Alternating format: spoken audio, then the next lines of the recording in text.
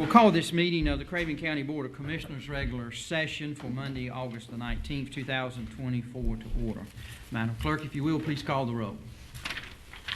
Commissioner Smith. Here. Commissioner Howard. Present. Commissioner Hunt. Here. Commissioner Mark. Here. Commissioner Mitchell. Vice Chairman Booker. Chairman Jones. Here. Ladies and gentlemen, if you will, please let's stand together as our County Attorney, Mr. Eric Grady, will lead us in prayer, and then I ask you to remain standing after the prayer for the Pledge of Allegiance to the American flag. Good and gracious Father, you are the source of every good thing and the fount of every blessing. We praise you for your great care that you have for us, your children. As a source of all that is good and true, we ask you to inspire within our hearts a greater longing to pursue these ends and draw us ever closer to yourself. We ask you to send forth your blessing upon all those gathered here before you. May we receive your guidance and wisdom in accomplishing the tasks set before us. Protect us, keep our country and county safe from all harm, and may we pursue in freedom of heart the things that are yours now and forever. Amen. Amen.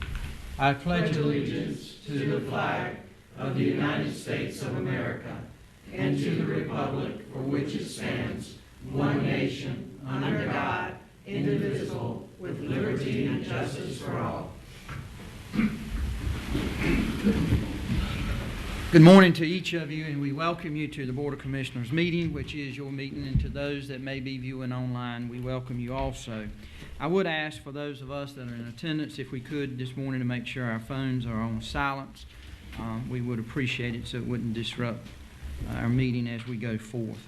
We got a long agenda today, got some good things to present to the citizens of the county, and so we've also today we've got a work session that will immediately follow our regular meeting, which will be held in this room. So for commissioners and staff, we will be here most of the day today, and so big day ahead. Commissioners, you have before you your agenda packets. Are there any items you desire to add or to pull today? Commissioner Howard, do you have something? I'd like to make a motion to move number 14 of the agenda item to number 1 for public comments. Okay. So we would take and combine agenda topics and general topics as number 1 this morning. Yes, sir. And then I would like to move number 5, the Craven County Schools capital request, to number 4. Okay. All right. Is any objection or any additional corrections? Second. All right. So we'll take that as a motion with the necessary corrections from Commissioner Howard. I have a second from Commissioner Mark to accept the agenda with the necessary corrections. Is there any discussion on the motion? Hear none. All those in favor signify by saying aye. Aye. Opposed? Motion passed. All right, so the first item we have is the petition of citizens for agenda topics and general topics. We will go to the Assistant County Manager, Mr. Gene Hodges. We had no one sign up for agenda topics. We do have 2 signed up for general. Okay, all right, let's begin with our general topics. All right, first petitioner we have is Mr. Frankie Purser. All right, good morning to each that will speak. Again, if you don't mind, just give you your name and address for the record, and we do have a clock, and so thank you for being here. Okay, Jason. All All right, my name is Frankie Purser, 745 Purser Road, Mansboro, North Carolina. Jason, as I've explained to you before, I mean, I'm having an issue with registered deeds over there. I have a land patent for my farm there from 1772. Therefore, it's treaty law. It's protected under Article 6 of the Constitution of the United States. And I'd like my property unregistered. And there is no North Carolina general statute that says it has to be registered or it cannot be unregistered. And so therefore the Registered Deeds Office is in violation of Article 1 and Article 6 of the Constitution of the United States. And we just got through saying to pledge allegiance to the flag and to the republic for which it stands. And that's a constitutional republic. And I'm expecting everyone to uphold their oath to that Constitution, just as those Marines that are living right down Highway 70 there, Cherry Point, took that oath to defend that Constitution against all enemies, foreign and domestic. And that's basically all I had to say. I mean, I've called the State Department. They told me this treaty is still in effect because it's entering my family in Great Britain. When this country was founded, Great Britain surrendered. I mean, that was part of the peace accords at Paris in 1783. to acknowledge that land patent. And if you care, can I read Article 6 of the Constitution of the United States? The Constitution and laws of the United States which shall be made in pursuance thereof. All treaties made or shall be made under the authority of the United States shall be the supreme law of the land, and all judges in every state shall be bound thereby, anything in the Constitution or laws of any state to the contrary notwithstanding. That means they have no legal leg to stand on if they go against it. So I'm expecting everyone to uphold the Constitution of the United States. And that's what I'd like, for everyone to uphold their oath to the Constitution. So take that in consideration. And thank you for your time, Jason. Thank you, Frankie. All right, next citizen. Next, the next petition we have is Siobhan Brewer. Good morning. Good morning. Siobhan Brewer. Address is 204 Bandon Drive, but I'm here as the Executive Director of Riverside Leadership Academy. That address is 1955 Old Airport Road. I just wanted to come and express my gratitude to the commissioners for funding a third of our SRO for the upcoming school year. It was very important to us that our students were safe, and your support will ensure that that happens. And I knew you guys had some questions, and I was unable to be here last month, so I wanted to be available to answer any questions you may have, and just say thank you guys so much for your support. Well, anything else you want to say in your 3 minutes? Really, just thank you. I mean, we had a great meeting with Sheriff Hughes, with Lieutenant Leshevsky, and with Corporal Rose, and we're just really excited for the relationship we're about to have. We're very grateful. Well, we thank you for being here. We usually don't comment during public comment, Sure. but since this is an action that we did take at our last meeting, I think it is appropriate. We appreciate you being here and giving us an update. And I think this Board of Commissioners and what I've heard from them, we would like a little bit more information Sure. as time goes. I mean, I know you're beginning the school year like everyone else, and Yes. there's challenges with that. But I think just so we know how to respond to citizens as we're called, and they have questions about the new charter school in the county, we'd like to be informed. So if you don't mind corresponding with our county manager, you and your team, and maybe we can have a time, maybe we can even come over and visit. Sure. And thank you for reminding me. We have our sneak a peek tonight. It's 3:30 to 6:30 p.m. So you're welcome to come out and check out the school, meet the teachers, tour the campus, see the inside finally, and answer any questions you have there too. Okay. Thank you so much. Appreciate you being Thank here. you guys. Have a good day. There are no more petitioners at this time. Okay. Thank you, Gene. All right, next item is the consent agenda. Commissioners, we have a long consent agenda this morning. We will begin with item A, is to approve the minutes of the July 15, 2024 regular session. You have tax releases and refunds. The sheriff has a donation check, a budget amendment. There's an additional sheriff donation rollover for fiscal year 24-25 budget amendment. Health Department additional state funding budget amendment. Human Resources 2025 holiday schedule. CARTS has a request to set a public hearing for September 3rd, 2024. Child Support Awareness Month proclamation. National Service Dog Month proclamation. Captain James M. Beaumont congratulatory retirement letter. Resolution in recognition of Lieutenant Lindsey Moses' winnings, and a resolution in recognition of State Senator Jim Perry. Are there any consent agenda items you desire to pull this morning? So moved. We have a motion to approve the consent agenda. Do I have a second? Second. A motion and a second. Is there any discussion on the motion? Hearing none, Madam Clerk, if you will, please call the roll. Commissioner Smith? Yes. Commissioner Howard? Yes. Commissioner Hunt? Yes. Commissioner Mark? Yes. Chairman Jones? Yes. Thank you. Commissioners, this morning I would like to take chairman's privilege on two items. We're honored to have with us today many special guests, as we've already said, but especially two that have taken their time out of their busy schedules to be with us, that we may recognize them. The first is Lieutenant Lindsey Moses Winnings from the Craven County Sheriff's Office.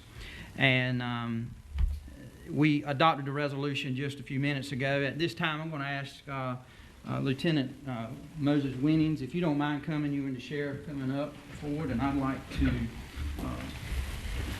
present this resolution to you. And then after we do that, we'll give the board the opportunity to come and take a picture together. And so this says, resolution recognizing Lieutenant Lindsey Moses Winnings. Whereas Lieutenant Lindsey Moses Winnings serves as a deputy for the Craven County Sheriff's Office, and whereas Lieutenant Moses Winnings, while assisting and serving an involuntary commitment in 2021, displayed extraordinary courage and heroism when confronted with a hostile and armed individual.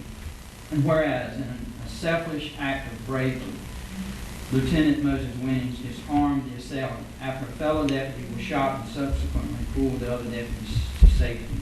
And whereas Lieutenant Moses Winnings' actions prevented further harm to her fellow officers. And whereas in recognition of her exceptional valor, Lieutenant Moses Winnings was awarded North Carolina's First Medal of Valor by Lieutenant Governor Mark Robinson.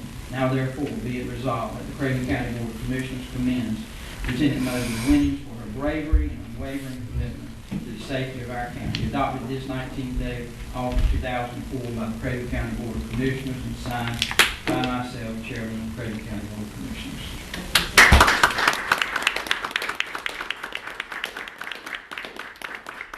At this time, Sheriff, you want to just make a few comments? I do.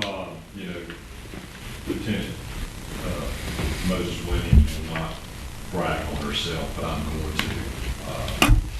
She is exactly the caliber of individual that we look for at the Sheriff's Office. The bravery that she displayed and presented that evening saved lives, ultimately. Not only of her fellow deputies and herself, but the neighborhood who was being terrorized by this individual. She ran into the fight, and that's what our deputies do. I'm blessed to have Lieutenant running a shift on staff. She's family and just an integral part of this team and part of Craven County's team. She loves this county. She is passionate about what she does, and she takes care of her people. Chairman, I want to thank you all so much for recognizing what she does, and I can't thank you enough. We thank both of you for your service. Vice Chair Booker and myself had the opportunity to go and participate in Raleigh as Lieutenant Governor Mark Robinson gave you that Medal of Valor, and that was a great day in the state of North Carolina, but especially for Craven County to be the first recipient of that, and you're definitely well-deserving of it. Thank you for your service. At this time, I want to ask my fellow colleagues if they don't mind coming forward. Let's take a picture together. This is a day to remember.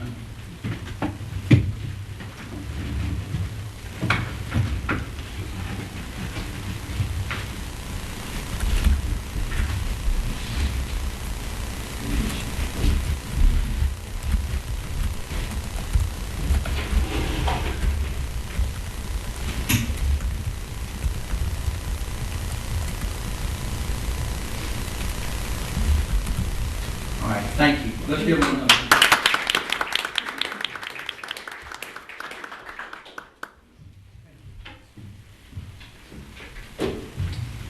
And at this time, I'm going to ask if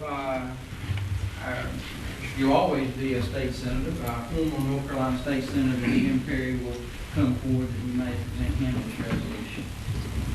And Jack, do you mind coming, standing with us up here this morning? So I'd like to read this resolution recognizing North Carolina State Senator Jim Perry. Whereas Senator Perry was appointed in 2019 to fill a vacancy left by Senator Louis Page, and subsequently was elected to represent Craven County in the North Carolina State Senate in 2020 and 2022. Whereas Senator Perry, a lifelong resident of Lenore County, has been a dedicated public servant, serving as Senate Majority Whip, chairing numerous Senate committees, including the Senate Finance Committee, Senate Appropriations on Health and Human Services Committee, Senate Health Care Committee, and Senate Select Committee on Storm-Related River Debris and Damage Committee. And whereas Senator Perry has been a champion for the interests of Eastern North Carolina, leading on critical issues related to agriculture, thank you, agribusiness, rural health care, and the military. And whereas Senator Perry helped secure investments to support numerous projects in Craven County, including water infrastructure, public safety training center, library renovations, economic development activities at Coastal Carolina Regional Airport and Craven Industrial Park, and support for the Craven County Sheriff's Office. Now therefore be it resolved that the Craven County Board of Commissioners expresses its sincere gratitude to Senator Jim Perry for exemplary service to the citizens of Craven County and the state of North Carolina, adopted this 19th day of August 2024 by the Craven County Board of Commissioners and signed Jason R. Jones, Chairman. Thank you, Senator.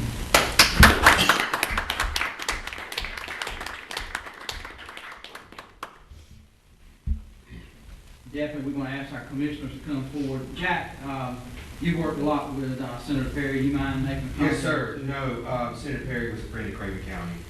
It never failed that I always had something to call him about, and he always answered my calls. I appreciate that. But the work that he did in Raleigh for Eastern North Carolina for the 3 county services, it was remarkable. We're going to miss him a lot, and I just want to thank him for all that he did for us. So, thank you. Senator Perry, you want to make a few comments? Yeah, first, I just want to say it's been my honor to serve the people of the East. Because when you're in Eastern North Carolina, you don't just represent 1, 2, or 3 counties, just everybody east of 95. We have similar challenges. Working with Craven County was fantastic because you guys are in such great financial health. You've been great stewards of taxpayer money. You've been very cautious about debt. I feel like you've done things the right way. I also had a great relationship with my sheriff here, which is always helpful. So I appreciate the honor of serving the people of Craven County.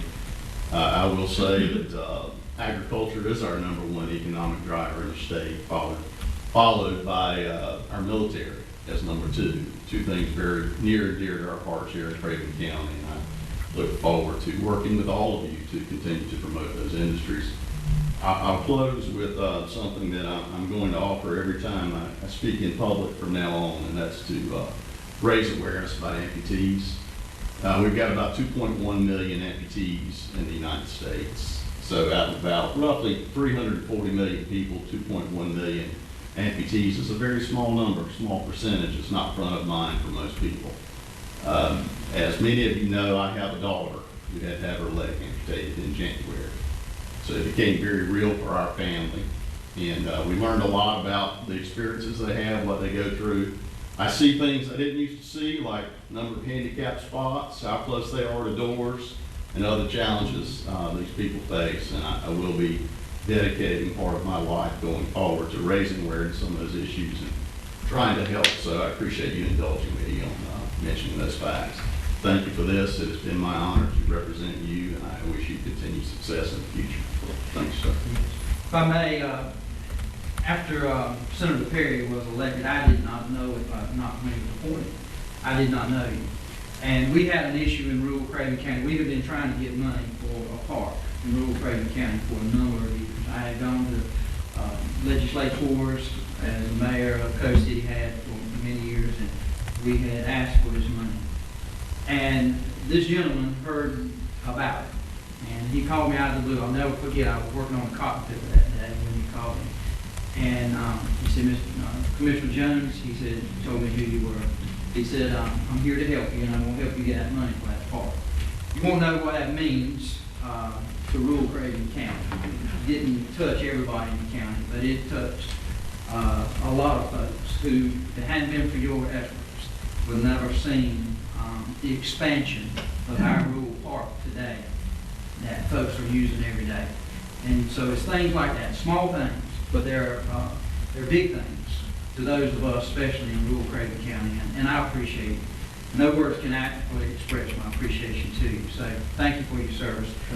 Colleagues, you mind coming and let's take a picture.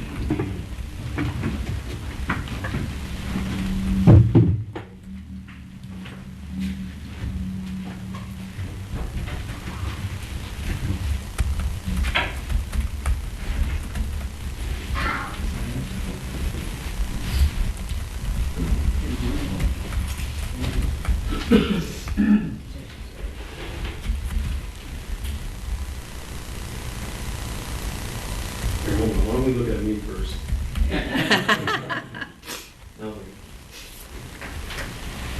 Does any of the other commissioners, don't want to put you on the spot, does anybody else want to make a comment?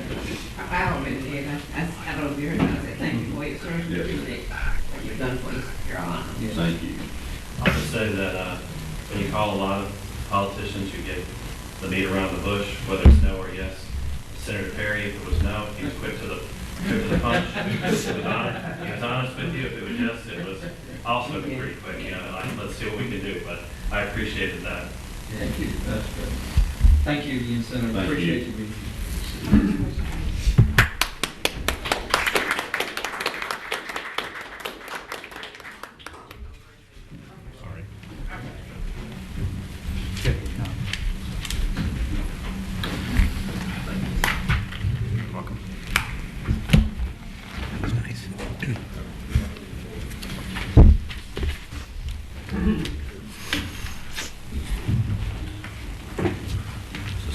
Okay, Commissioners, we'll go to item 4, which was a change. It will now be the Craven County Schools capital request.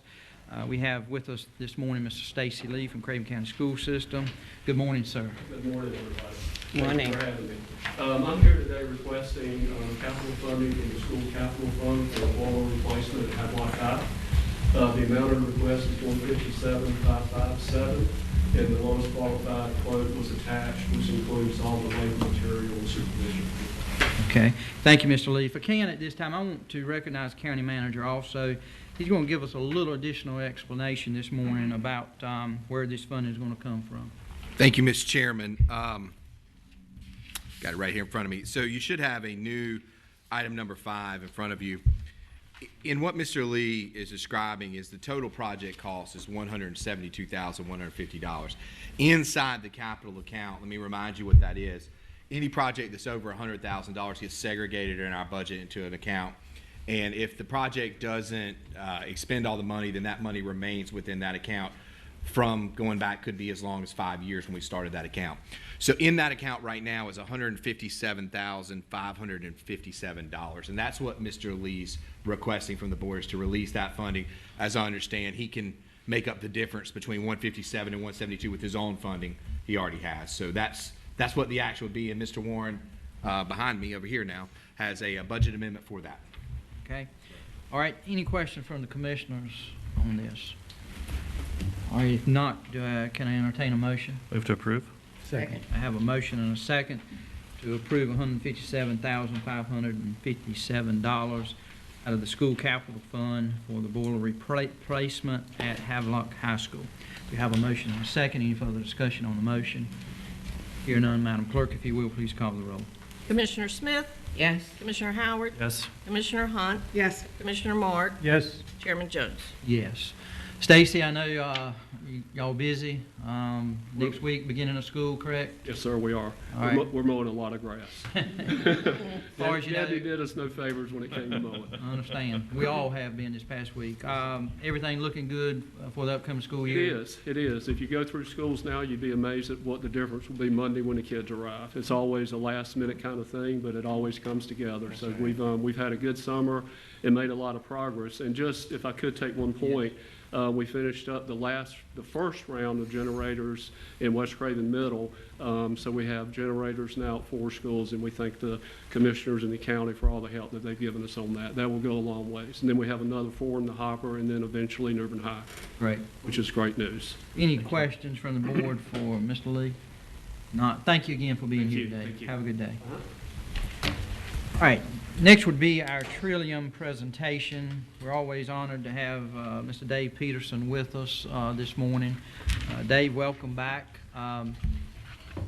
Before we begin today, you begin your comments. I'm going to turn it over to Commissioner Hunt. She wants to have a few words. Mr. Peterson, so good to see you here today.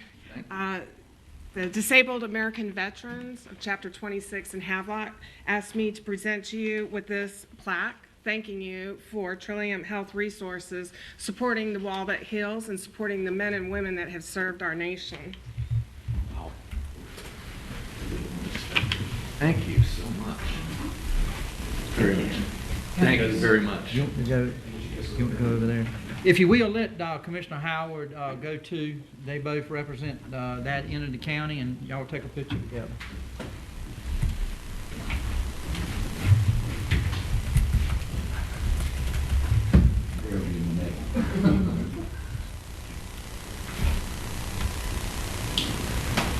Thank you so much. Appreciate that. Okay. Well, good morning, everybody. Thank you so much for having us here. I want to first thank Commissioner Hunt for being on our Regional Advisory Board, but also as taking the vice chair of that Regional Advisory Board, which is crucial in this time. We're in a lot of transition, but before I get too far in, I want to make sure folks see Victoria Jackson. She is our Regional Vice President that is now covering Craven County. I had to talk with Jack and Commissioner Hunt a little bit about that transition because I've been in front of you for 10 years now. And with our expansion, we've had to get some additional folks in. She's got 20 years experience. She's a licensed clinician, which is much more in depth of knowing our system than I do. So we're very pleased to have her today. So next slide. First of all, just want to go over total number of served 43,571 individuals last fiscal year. You can see that we had about 32,000, almost 33,000 for mental health, 12,000 for substance use, and 7,400 for intellectual and developmental disabilities. Total dollars spent about $653 million on that. Keep in mind, last year when I was in front of you, I said the numbers were going to be going down because in 2021, I'll talk a little bit about the standard plan private insurance companies started utilizing and taking the mild to moderate individuals, Medicaid folks, and serving them. And that was a directive that I talked with you starting in 2018 about this. So that should be nothing new. Next slide, please. So the original date of what's called the tailored plan, and we are now known as a tailored plan, it took them 6 years to implement this, and it's been delayed twice, but we finally went live July 1 of this year. And what that really means is the state made some changes in order for us to do that. I've been around a long time. Since 2001, there was 41 of us in the state. In this last legislation, the state said you have 6 of you, you're going to go down to 4 or 5. The secretary decided to move us down to 4 local management entities, managed care organizations. And so the requirement for that was 1.5 million. Obviously, you'll see on our map, we easily clear 1.5 million with the number of folks that we serve. And so therefore, we were allowed to go live on July 1 with the tailored plan. Next slide, please. What the secretary asked us to do was to consolidate the 6 down to 4, like I said, and Trillium Health Resources was going to be the one with the named entity. And so we, East Point and Sandhills were the other 2. And they consolidated with us. So in other words, Trillium went from 28 counties to 46 counties, all right? And we were asked to do that in 45 days. I paused for that reason, okay? We took over 900 staff, and here was the concern. Were those 900 staff going to get paid on February 1? I'd be concerned if I wasn't going to get paid, right? All the folks were paid. 45 days, think of our HR department having to inherit 900 employees. With that, this consolidation plan told us, you know, we were going to have 45 days to get these 18 new counties into our system, and therefore the effective date for the consolidation was January 1, and then all members and provider agencies moved over to us on February 1. Provider agencies, 1,200 agencies, also wanted to get paid on February 1. So we had to move 1,200 agencies into our network department. Big lift, as you can see. Next slide, please. So with this 46 counties, we were 51,000 tailored plan members, and those are members that are the very high risk, high need mental health, developmental disabilities, and substance use individuals. We have 163,000 Medicaid direct members, and this is the number at the bottom that I always try to point out. We're now serving 287,000 uninsured individuals. That's state dollars. That's not federal dollars. That's state dollars to do that. Next slide, please. Like I had mentioned, Victoria coming into this position, I've been over the central region.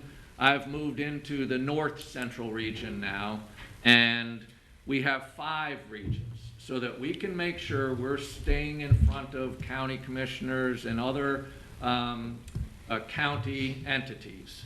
And so you see these 5 regions, Craven County in the south central region, in that yellow section there now. That's the only county I had to move, which I'm a little, I'm a little disappointed that I had to move it, but we had to make some equity in those regions. So, but Victoria will do a wonderful job with y'all. Next slide, please. So the Taylor plan, like we've talked about since 2018, serves the most high needs individuals. We'll be managing the whole person. So here's the big difference. Those with severe mental illness also may have some physical health issues going on. We have never managed the physical health side of the house. We now have to, okay? So someone with COPD and mental illness, we have to work with and help them with their COPD. The good thing about it now is they have 1 insurance card, not 2. They have 1 insurance card. Our big lift also in this transition was your primary care doctors, we have a contract with, because we have to cover all the physical health issues now, okay? So if you think about the thousands of primary care doctors in those 46 counties, which we've never had to contract with before, you have to contract with. Your pharmacy, we have to contract with now, okay? So you think about the thousands of pharmacies that folks have out there, we now have a contract with all those pharmacies to make sure that all the medication is distributed appropriately. Like I said, in 2021, the state decided to move the low to moderate risk individuals, the Medicaid individuals, over to these 5 insurance companies, and those are the insurance companies listed up there, okay? So those folks now deal with the low to moderate risk, which we had been serving for decades and decades and decades, and now we only serve the very high-risk individuals, which we've been serving for just as long. Next slide, please. The care management issue, if you think about a care manager that was only focusing on someone's mental health, now they have to focus on their primary health. We've kind of had to strategize certain populations, and some of you may or may not know, the sheriff probably does very well know this, that a lot of the individuals we work with have mental health issues and substance use issues. So we're really doing a lot of re-entry programming. We also have a department now that within Trillium that has staff that are trying to focus on and learn about how people are transitioning back into the community with mental health issues. Okay? So we're really focused on that. We have a rapid access to care coordination folks, and those are folks that are leaving the emergency department and how they're getting linked to services out in the community. And also, as we've heard for many years, the foster care system needs a lot of support, so we do have some care management staff focusing specifically on foster kids. We talked about the whole person care that we're doing, but you know, the population health just for instance, if someone has diabetes and they have a mental health issue, how are we make sure we're tackling both of those issues at the same time? Next slide.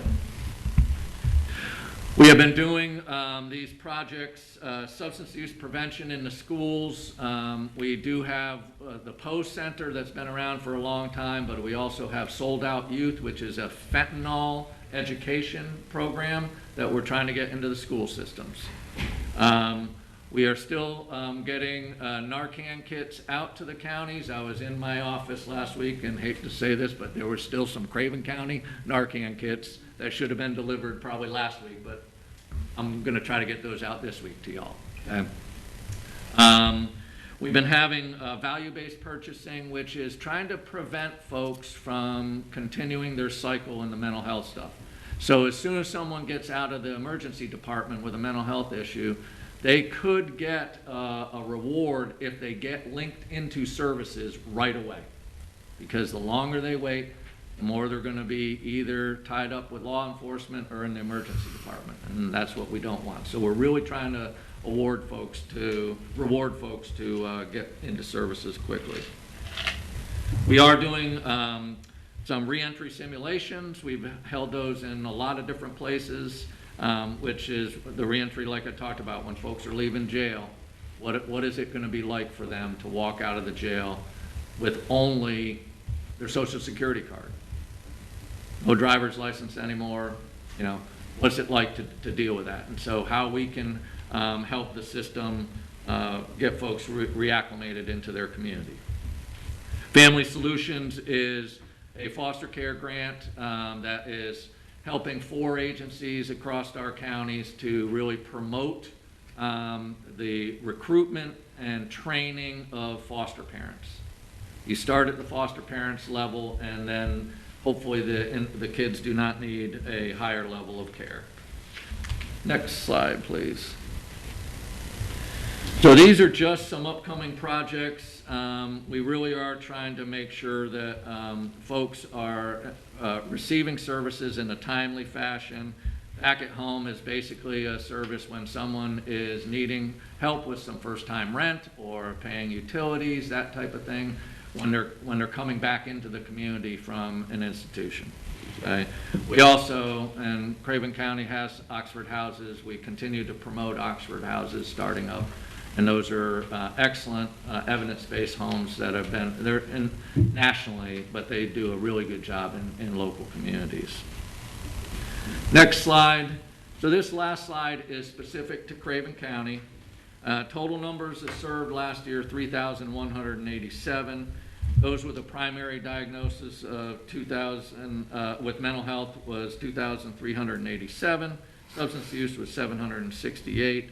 And intellectual and developmental disabilities was 518. And I always say those numbers don't add up to the 3,187 because folks have a dual diagnosis. So I want to thank you for your time this morning. I know you have a long day, like you said, Commissioner, and so I'd be happy to answer any questions. So. All right, Commissioners, anyone want to begin? Commissioner Smith? You referred to, you're now working with the physical health as well as mental. Yes. Do you have a facility? Do you have facilities to work with people who are having physical issues? Good question. So what we're doing, though, is we're working with the doctor's offices and the pharmacies to continue, like an individual that needs any physical health and they have mental health, then they will be, using their primary care doctor. Are there facilities in our region that deal with folks, both physical and mental health? Yes, there are, but it's more focusing on the 3 disability groups. They'll try to make sure that they're safe physically, and then deal with the mental health or substance use. All right, Commissioner I Hunt? just want to say thank you, Dave. It's been great working with you. I mean, it really has been. Even through all that transition, I could call you and you always answered your phone, so it's very appreciative. I thank you very much. I am looking forward to working with her for a long time. She's a smart lady, and so we're going to have a great relationship, I think. Thank you. Okay. Thank you. Commissioner Howard, Commissioner Mark, you have anything? Just one question, and on one of your slides back where it talks about the changes in care management, you have there, develop new specialized teams. Is there adequate communication? I know you're beginning, these are new projects, but the communication between these agencies, is it flowing pretty good? I mean, when you just talked about the rapid access care coordination, is that being effective, or we still got some things to do? We have some things to do. Okay. I'll just say it, that is the largest department within our agency, over 500 care managers in our agency, and there are a couple of things. We've been the experts on the mental health side of the house for decades, but they are now needing to learn the physical health side. So there's a learning curve of our care management staff with that. But also taking this transition of 900 new employees, okay, they're now in the Trillium umbrella type of thing, and learning, okay, what am I going to be doing with Trillium? Am I still in the same position? Yes. So there's the little bit of the culture change between the three LMEs, along with learning the physical health side of the house. Yeah, we have a ways to go. We know there's growing pains, but Yes, this is very important. This is a big one. And to make sure that we don't let it continue to go to the wayside. So, No, you very good question, and you hit it on the head. Yes, we're All learning right. that. Staff, you got anything? Sheriff, you got anything you want to lay? All right. Everybody good? Thank you. Thank you Appreciate very much. Victoria. We look forward to working with you. Thank you for being here today. And Dave, it's been an honor working with you. And Thank you. I do really appreciate we this. thank you. Thank All right. Have a good day. All right, Commissioners, item 6 on the departmental matters. We are honored to have with us Sheriff Chip Hughes this morning. He's got several items to bring before us. Sheriff, in our budget, in our agenda this morning, the first item is the state grant rollover from fiscal year 23-24 to the current, and that is a budget amendment. Yes, sir. Thank you, Chairman. Commissioners, do have 3 amendments and a grant for your consideration. The first one is the state rollover grant from 24 to 25. This was a grant that we received. Wish our senator was still here. I would thank him again, which has enabled us to order, have not received yet, some additional search and rescue equipment and other items that we needed for our special response team. The amount that we need to roll over, because we have not received some of these items yet, is going to be $116,741, and I believe the initial grant was for $200,000, if I remember correctly. So we would ask that we roll the remaining portion over to this year. Okay, Commissioners, you have any questions for the Sheriff first on this? Hearing no questions, do I have a motion? Make a motion.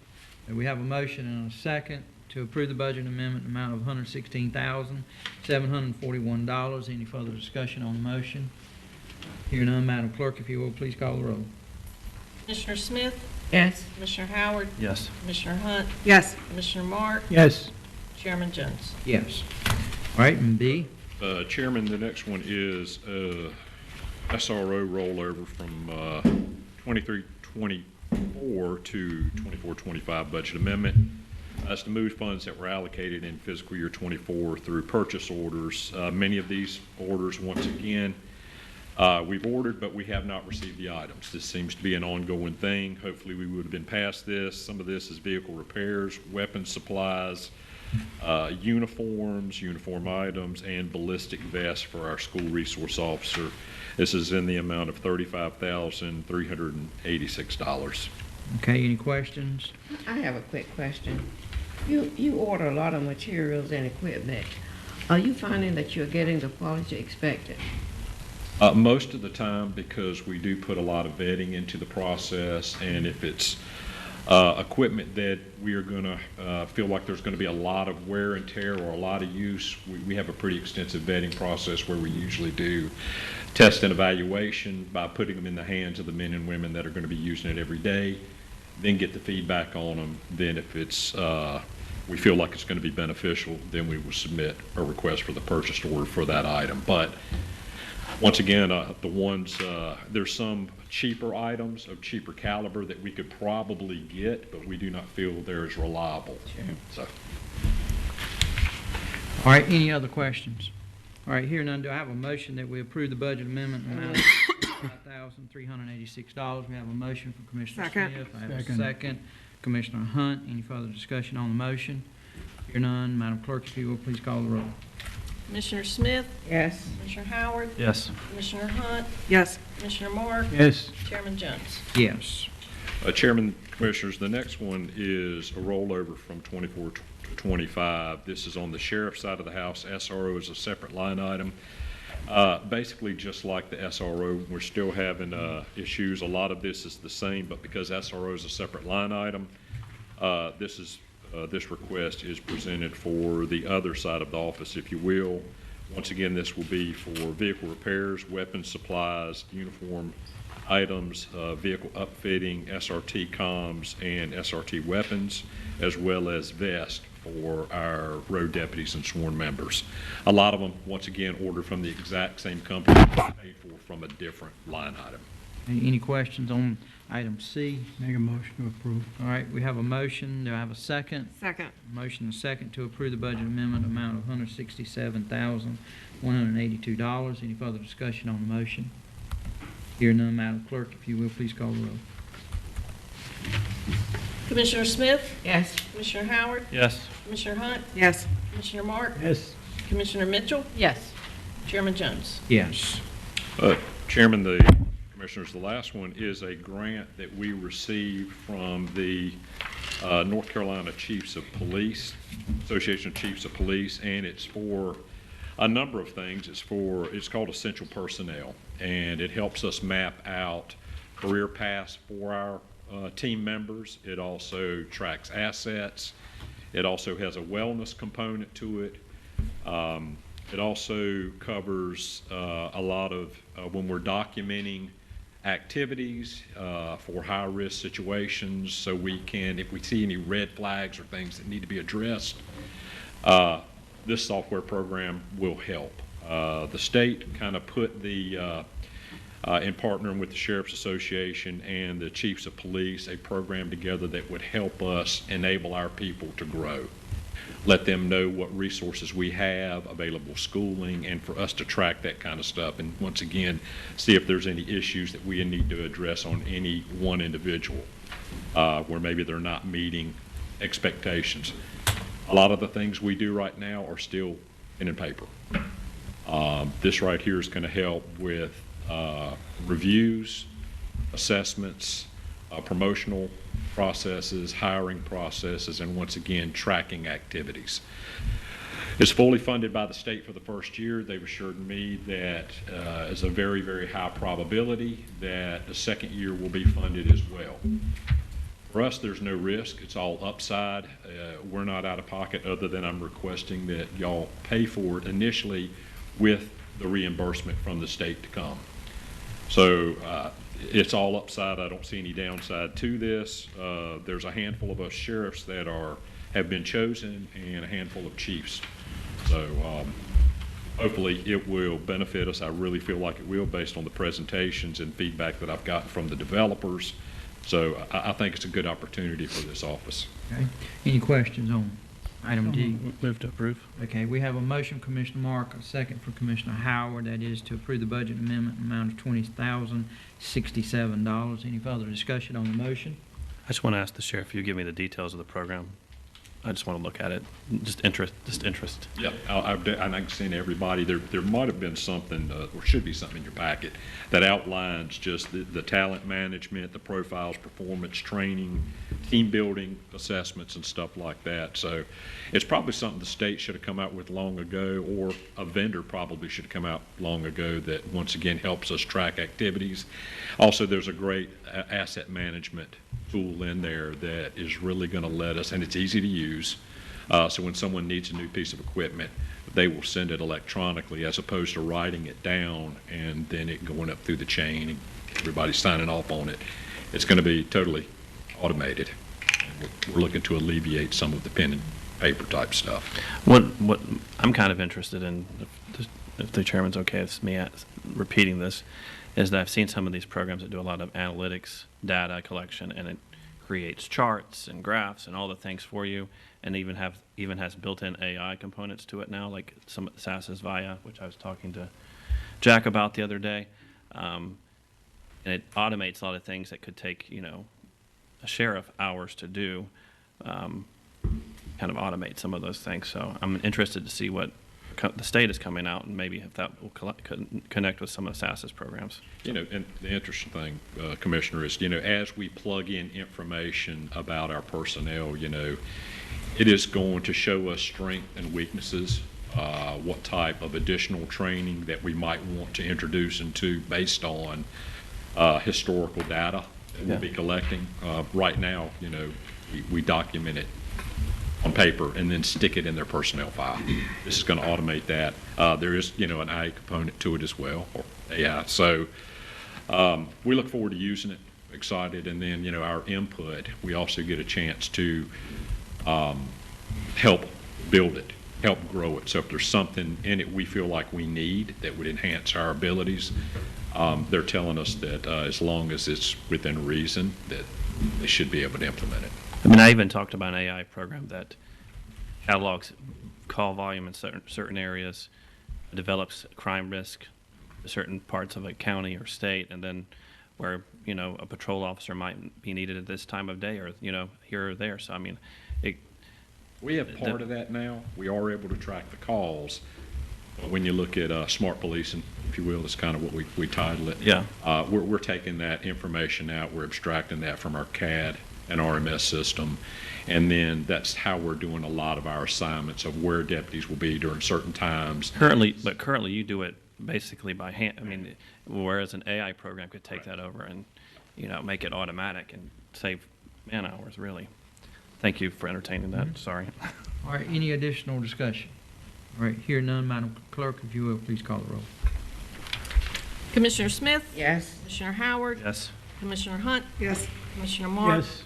Commissioner Mitchell? Yes. Chairman Jones? Yes. Sheriff, you have anything you want to share with us this morning? Real quickly, next Monday is the first day of school. So I'm happy to say that all of our SRO positions are full. Very pleased about that. We just had an influx of applications, a very qualified officers and deputies from other counties and municipalities. So all of our SROs are now seasoned veterans. We're not obviously putting anybody brand new in there, and even though it's a very extensive vetting process, we were able to move through this fairly quickly, even with the curveball we were thrown with our charter school and given very little time. But myself, as well as every member of my command staff and the office, are going to be in the schools definitely the first 2 or 3 days to show a presence and let folks know that, once again, we take it very seriously in regards to school safety as we protect our greatest asset, our future, our children, and God bless the teachers that are willing to get out there and do this. So we'll be out there with them, and we look forward to a very uneventful and smooth transition into the new school year. Amen. Any questions for the sheriff? Quick question. I know that in our public schools and our charter school, you guys have a great presence. Do we do any patrolling in some of the private schools, like walkthroughs and stuff like that? We do. Okay. And we've got some private schools that are bigger than our public schools. And we don't, we're not going to leave 400 plus children just because it's a private school unprotected. So we do regular school checks. Right now, up to this point, I looked at our school security checks last year, separate and apart from SROs. And we're at about 1,800, and that's where we just stopped in, myself down to my newest deputy, and spent time at these schools. So it's something we're investing a lot of time and resources into, and we have to, even though they don't have it. And I'm encouraging these public schools or these private schools to look into getting some type of school resource officer program in place. And I get it, there's a cost to it, but to put a cost on having someone there that can safeguard them and meet that hazard at the door as opposed to responding. Some of them can afford it, so they should. Some of them can. And I don't know if it's a matter of them waiting until something happens. Really, it's just a matter of time. Nobody expects it, but they're very vulnerable if they don't. Well, thank you for having those conversations. All right, thank you, Sheriff. Appreciate you being here today. Thank you. All right, Commissioners, if all right, we're going to take about a 5-minute recess and come back, and then we'll have planning to come make their presentation. All right, Commissioners, we'll come back to order. Item 7 under departmental matters. This morning we have planning. We've got our planning department with us. I want to turn it over to Ms. Chad Strong to begin, and he can make introduction. So good morning, Chad. Good morning. Good morning.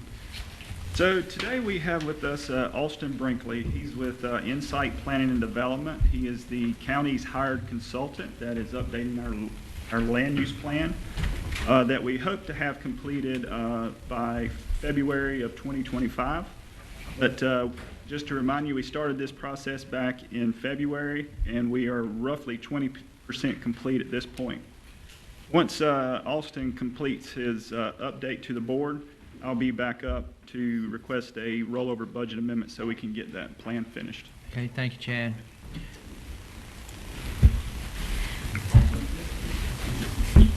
Good morning, Mr. Brinkley. How you doing, sir? Good morning, Chairman Jones and Commissioners. Doing well, and just thank y'all for having me here this morning. It's a privilege to present the update to you and kind of let you know where we've been so far in the process and where we're headed the rest of the way on this. Just to give you a timeline of events from where we began to where we are today, as Chad stated, back in February, we got started with that first kickoff meeting with staff. Shortly after that, we came to the commissioners, met with y'all to kick off the process. Since then, we've had 2 community engagement meetings, one being in April, one in June. Citizen survey has been out since May, and we've been receiving some good input and responses off of that. On August the 15th, we had our first meeting with the ad hoc work group, and we were able to have a good discussion and make good headway at that meeting, really, diving into the intricacies of the plan and where it is going to be headed from this point. So the public engagement, that's one of the most important processes or parts of the process in developing the plan is having adequate public engagement.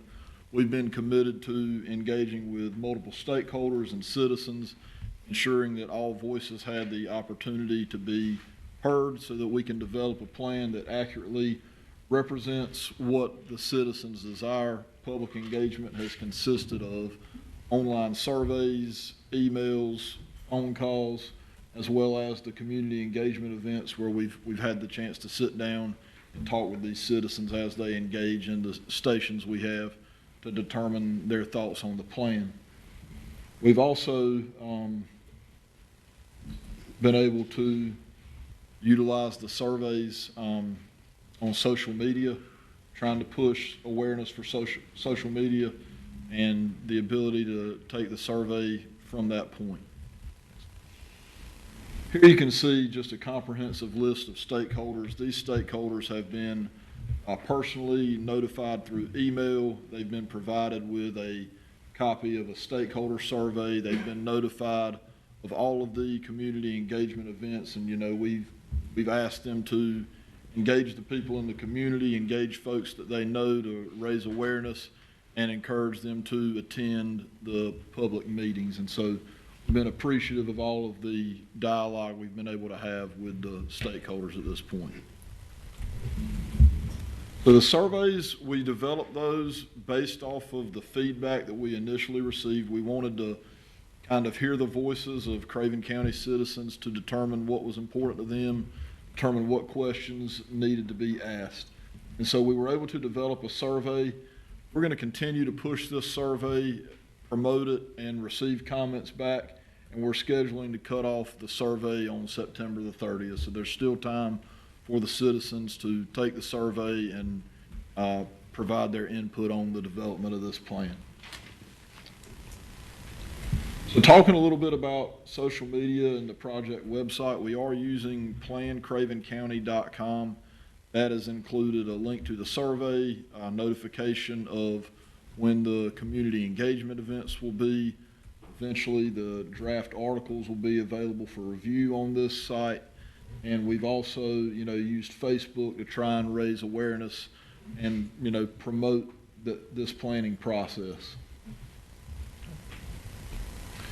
So part of our community outreach has included, again, email communication with stakeholders to promote attendance at the events. We've provided the first 50 attendees at these meetings with a voucher to receive food from a food truck on site, and we will continue this for the third and fourth community meeting.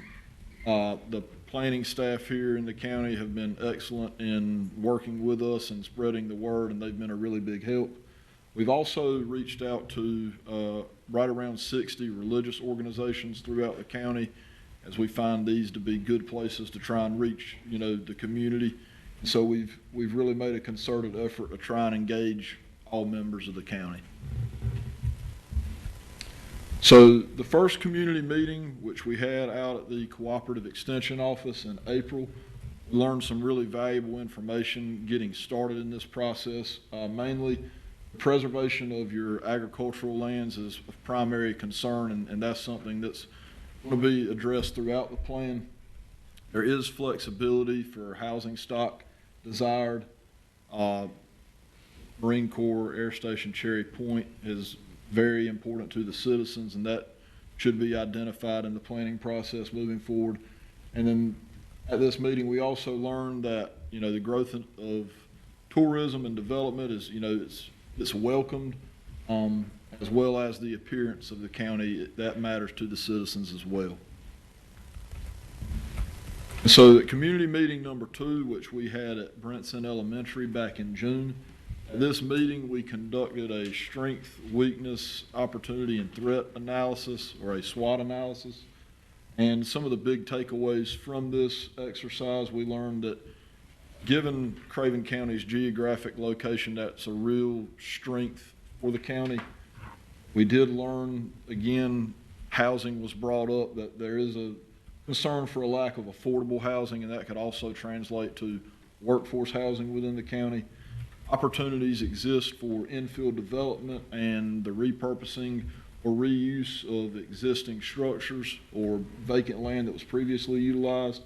And then citizens do have, a general concern for some unregulated land use, unorganized development. Citizens are concerned about the loss of agricultural areas due to development, as well as some environmentally valuable areas that really should be preserved due to development. And so some of the bullet points, some of the main things we got from the other exercises, that there's a real sense of community and pride that people feel in Craven County, and so that's something that needs to be protected and enhanced in the future so that that is not lost. Citizens feel that there are job opportunities within the county, that there is a slight housing gap due to some of the circumstances in the economy right now. The reliance on the military continues to increase, which I believe that's a positive for the county, and that the 3 main themes that really want to be addressed in the goals, policies, objectives, vision of this plan, that safety, housing, and education are the main drivers and should be identified throughout the goals in the plan.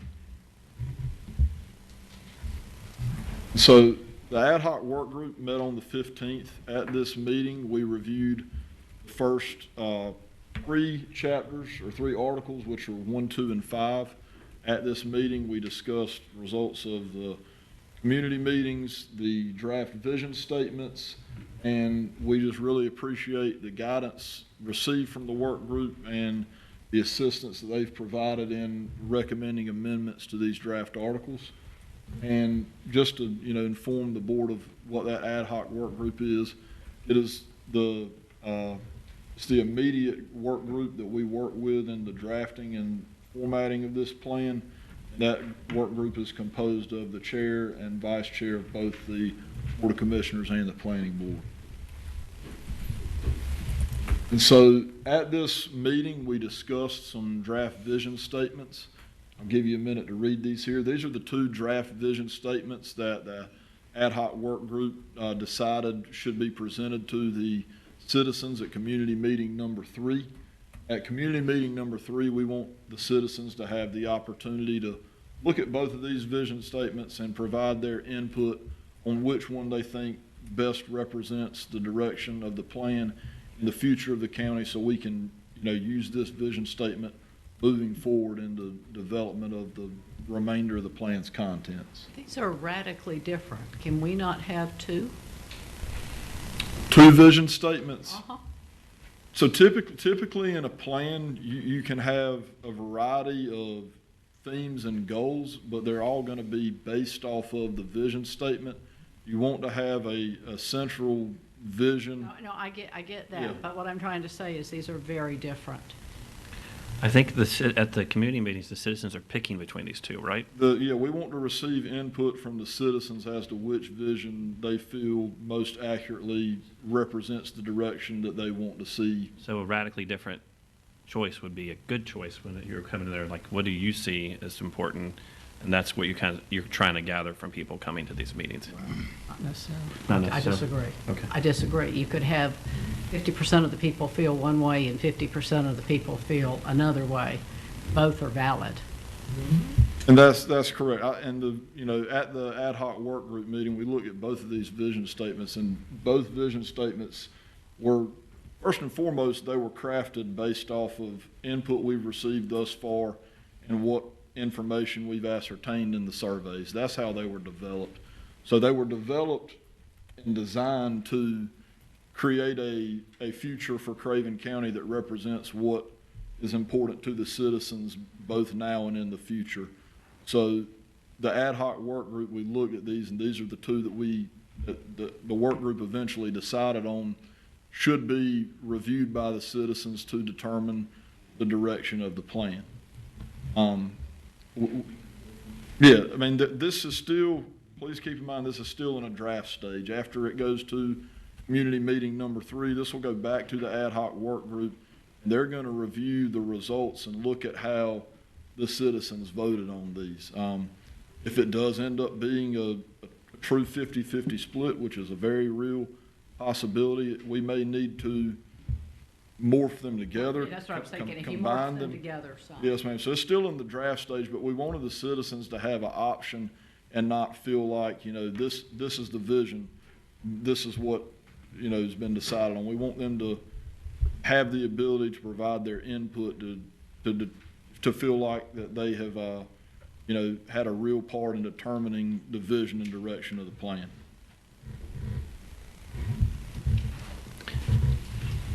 All right, and so. Can I offer one comment on the previous slide? Yes, sir. Vision 1 and 2 both mention military communities, but Vision 2 specifically says MCS Cherry Point. Maybe if that Vision 1 actually spelled that out too, because as I know, as my constituents look at that, they're going to want that specific mention of not just vaguely military community, but specifically plugging in the base in there. Does that make sense, Sherry? Mm-hmm.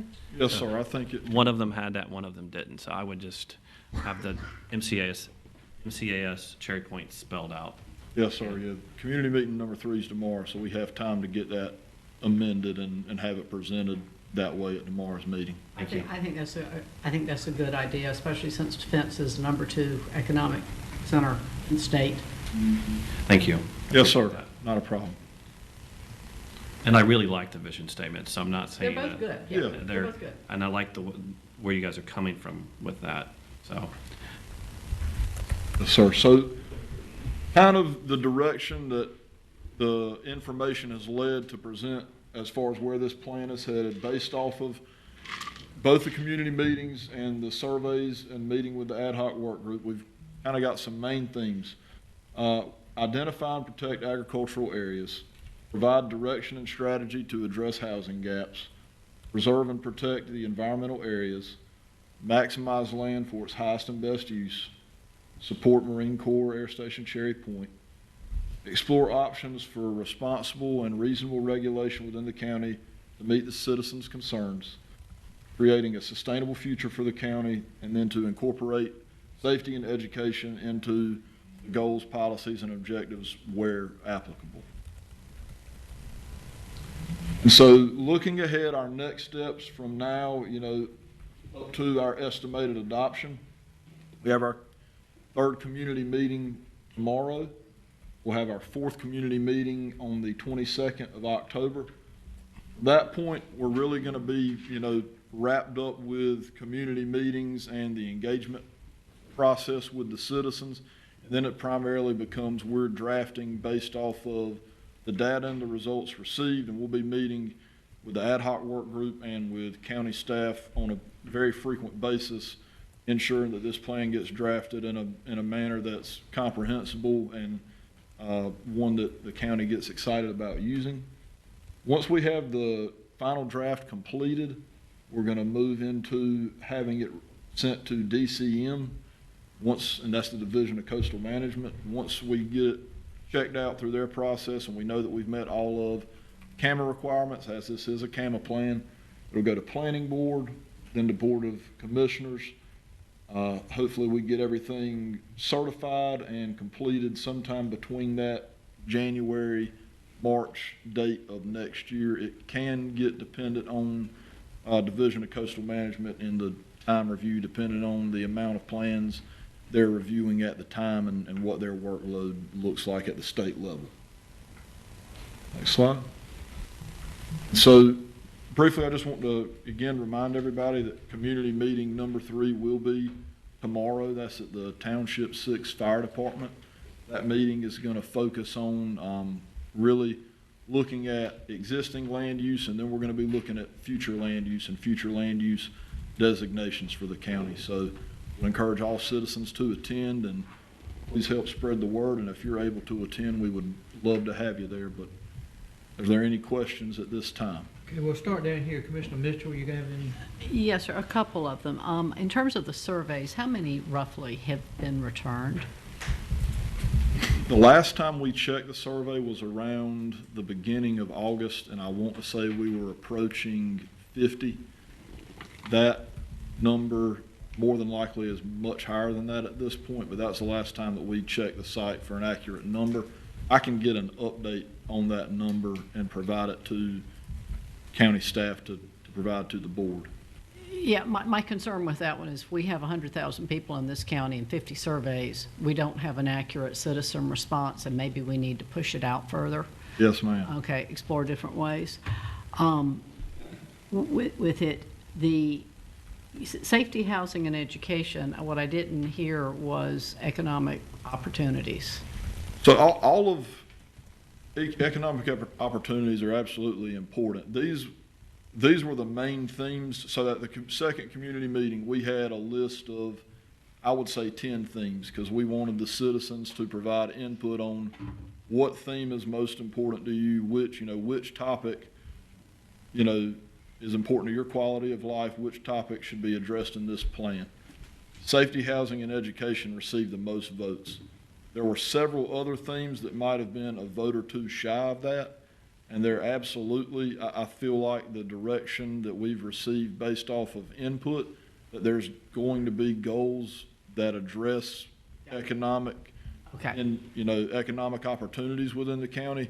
Those were just the 3 main ones that were identified. We just wanted to determine what is of most importance to the citizens, but that's not been ignored, though. Okay, and my last one is your sense of this. One of the reasons why Cherry Point is seeing so much development now is it is one of the few air stations in the United States where we have been very good about protecting encroachment around the air station. With it for safety of flight, citizen safety, national security. And that's why we're booming now, because of all the other air stations that did not. And that's to our benefit long term. Do you get a sense that the citizens here understand that the protecting from encroachment of the base has paid off for this region? I definitely get a sense that citizens acknowledge and understand how important Cherry Point is, not to just Craven County, but the region. There might not be that in-depth knowledge and understanding of, you know, all the factors that play into why Cherry Point is able to exist as it is and be as successful as it is. I will tell you, you know, that did come up at the work group meeting, and so we are going to address land use around Cherry Point and, you know, the importance of having adequate designations in place to preserve that success in the future. So Commissioner Mitchell, we did talk about it. Jack talked about including some of the JLU recommendations. Thank you. You know, I mean, as long as I've sat on this board, we've heard them say we need open space. You know, not only around that facility, but we need open space in eastern North Carolina. Right. You know, this concept that we're going to develop every piece of property in eastern North Carolina would be detrimental to that air station. So that, and we also, in our discussions the other day, asked if we could have a section dedicated just to Cherry Point. You know? Thank you. You answered So my question, Mr. Chair. I think that's on everybody's mind, and I think that commitment was made. Thank you. Okay. That's all. Commissioner Howard. I'm just impressed with some of the feedback you've gotten, and we'll see how what we've been planning goes tomorrow night. I think we'll get more of a focus shift to Cherry Point because of the area that Township 6 Fire Department is in and my constituents. And I'm also impressed with including agriculture, preserving agricultural heritage and lands here in Craven County. I know we don't think about it as much as the citizens think about it, particularly when they want protection for their property rights. Some of the things we've come across here recently. And they're also concerned about sustainability, environment, stuff like that. So, thank you. Thank you, sir. Commissioner Mark, you have any questions? Commissioner Hunt? I have a couple. You answered most of them, and Commissioner Mitchell helped with one of them as well. The online survey. So I had several citizens reach out to me saying that they had issues. So I was waiting to hear back if those issues were resolved before I encouraged people to fill that out. Yes, ma'am. So we do acknowledge there was a little bit of a technical difficulty with the format of it. Since then, we've gone and amended the format. So knock on wood, since we've amended that format, there's not been that glitch that was happening whenever folks were trying to scroll through it. So it should be ready for completion since we've made that change to it. Okay, so I'll let everybody know, start filling it out again. Could you send us your 2 proposed vision statements so that we have time to read it and think about it? Yes, ma'am. And then you talked about workforce housing. I've heard different definitions of it when it comes to our land use planning. What does that mean for this group? So workforce housing is really looking at, in Craven County, there's, you know, as is in most counties throughout the state and eastern North Carolina, there's a certain percent of the population that is considered to be cost burdened by housing, meaning they're spending 30% or more of their income on housing.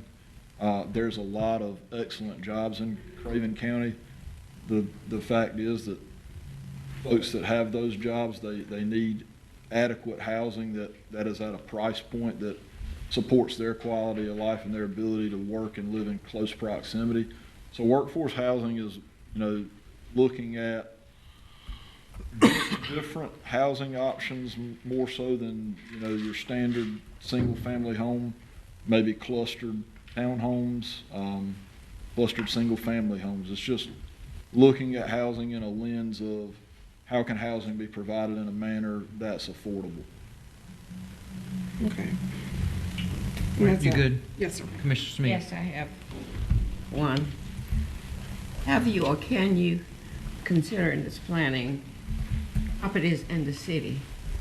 So this is only applicable to the unincorporated areas of Craven County. So anything inside of municipalities or extraterritorial jurisdictions, they aren't included in the designations and the the policies of the plan don't. And this is all new development, not redevelopment, is that correct?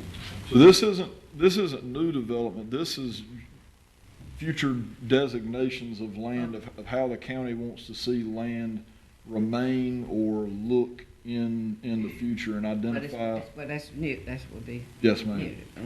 Okay. It's a forecast for the next 20 years of the county. Austin, I think that's a great point that maybe a lot of folks don't recognize. So you're not taking in consideration land use planning for Havelock, New Bern, as it pertains to the smaller municipalities. What are you doing there? Is it included or not included? So the smaller municipalities have not been included in the contents from a land use designation or goals and policy standpoint. You know, we do look at some of the data from those smaller communities within the county, but specific designations and specific goals and policies are not, where they may be applicable. They're being developed for Craven County and its unincorporated areas. And I think there's been some conversation about, the need for, if possible, for us to communicate with Havelock, New Bern, especially our largest municipalities. I think you have said you have done some work with them, correct? Yes, sir. So Havelock and New Bern, they both have representatives from their jurisdictions as part of that stakeholder group. So they are, as well as Cherry Point, they're all receiving this information and receiving notifications of, surveys are available. We're having meetings here. They know that we're in the planning process here at the county level. So, and I think that the planning staff here has regular conversations with those municipalities as well. Okay. Jack, you got anything you want to? I think Austin and his team is doing a great job. I also was concerned about the number of surveys, and we spoke with Chad and Austin about that last week. One of the things we're going to do tonight is set up a mechanism for people to be able to do the survey at the community meeting. So when we have a captive audience, we can catch them there. Also, getting the word out about it, and particularly in the areas, in the unincorporated areas, trying to figure out how to get to those folks to get them to do the survey, because their input is so vital in this, because this is really a reflection of what the citizens want, right? What they desire for this board to do. So we'll continue to work on that and look at ways to get out there.